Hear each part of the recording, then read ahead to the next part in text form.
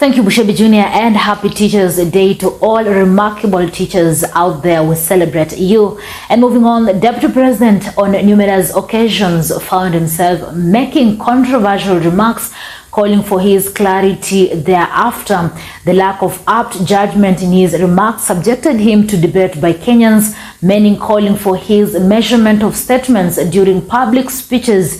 He was recently forced to clarify after hinting at the government's plan to sanction the Shamba system. Sharon Chechumba brings us more. Since assuming office alongside President William Ruto, Deputy President Rigathi'S has been on the trending topics among Kenyans. This has been occasioned by the utterances he had been making almost in every appearance, mainly in the media. While many have been finding the Deputy President entertaining, others have been faulting him for some of the pronouncements he has been making without desired prudence. In other instances, he has made blunders that have left Kenyans in great amusement and fun. Ati Rigathi anachoma nafanya nini? Kama kusema ukweli yako ile unasema kuhusu vile Kenya iko ndio itafanya Wakenya wapone, wewe choma kabisa. Hiyo ndio sisi tunakuambia. While reading his oath on September 13 at Kasarani Stadium, the Deputy President misread his scripted oath, leading to a moment of confusion and laughter. In the office of the Deputy President of the Republic of Kenya, I will diligently serve the people, discharge my duties, and perform my functions in the said office. May I request that we take it again, please? To the best of my judgment.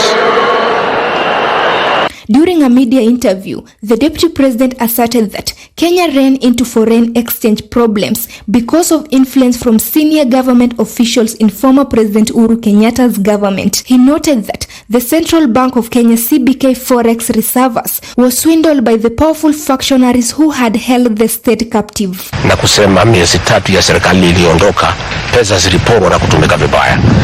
Na tumepata ya kwamba iko shida mingi sana, tumekosa maneno ya foreign exchange. Hata jana tumekuwa na crisis kwa sababu pale katika benki kuu hakuna zile pesa za kigeni za kutosha za kuagiza mafuta kutoka nchi za nje. In a quick rejoinder, CBK distanced themselves from Gachagwa's comments, clarifying that they do not supply requisite foreign exchange and that all foreign exchange from private transactions is obtained from commercial banks. Deputy President was forced to make a clarification after hitting at the government's plan to sanction the return of the Shamba system. Tumetoa order, wananchi wapewe nafasi walime msitu,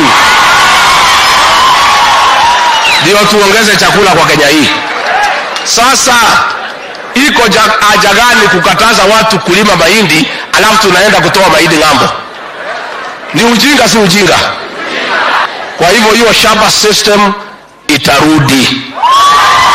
The announcement by Rigathi ignited reactions among Kenyans who argued the system will lead to deforestation in the face of the global climate change occasioned by, among others, the decline in forest cover. And for us as a country to succeed, it is not to introduce food into our forest or crops into our forest, but in the opposite, to introduce trees where our crops are. This is the direction. There should be no fight.